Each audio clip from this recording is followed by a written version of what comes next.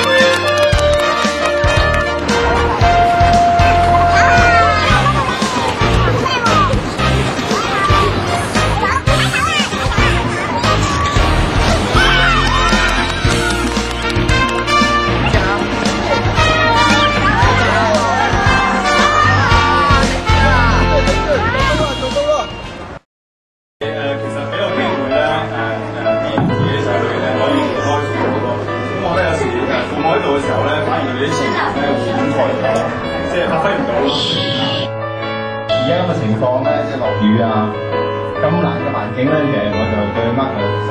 其實我最主要就係對我兩個細路有信心，因為佢哋雖然係未試過啲咁嘅活動，但係我深信，即係我哋家長咧亦都肯放手俾佢哋出去咧，佢哋係可以嘅。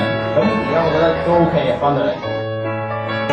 今次好開心，我啲小朋友第一次離開我，但係咧佢哋好叻，自己可以獨立自己照顧自己，所以咧我諗今次咧佢哋有得着之前，我哋有得着，我好開心咯。咁而個小朋友咧，亦都係我睇見佢係好成長，即係我所料，佢真係冇喊到，即係我即係都冇話好意外，因為我信得過其實佢能夠好輕易咁樣去應付到任何嘅難關，所以我信係呢個過程冇喊到咯。好咁呢個聽咧幫助佢好多，咁佢之前咧一直到入園嗰日咧都話唔嚟嘅，咁呢次佢都話好開心係嘛？係啊。或者有啲嘢同識講咗好多廣東話添。冇錯，對唔住啊，佢第一句識嘅咧就係死記仔。對唔住，我要承認係我嗌佢嘅。我組咧就原本就好合作嘅，但係咧之後咧就唔知咩事成日喺度鬧交。我覺得今次啲細路咧真係好捱得苦咯。以前我覺得辛苦咯，都上山，不過佢哋都咁細個都做到，覺得好勁。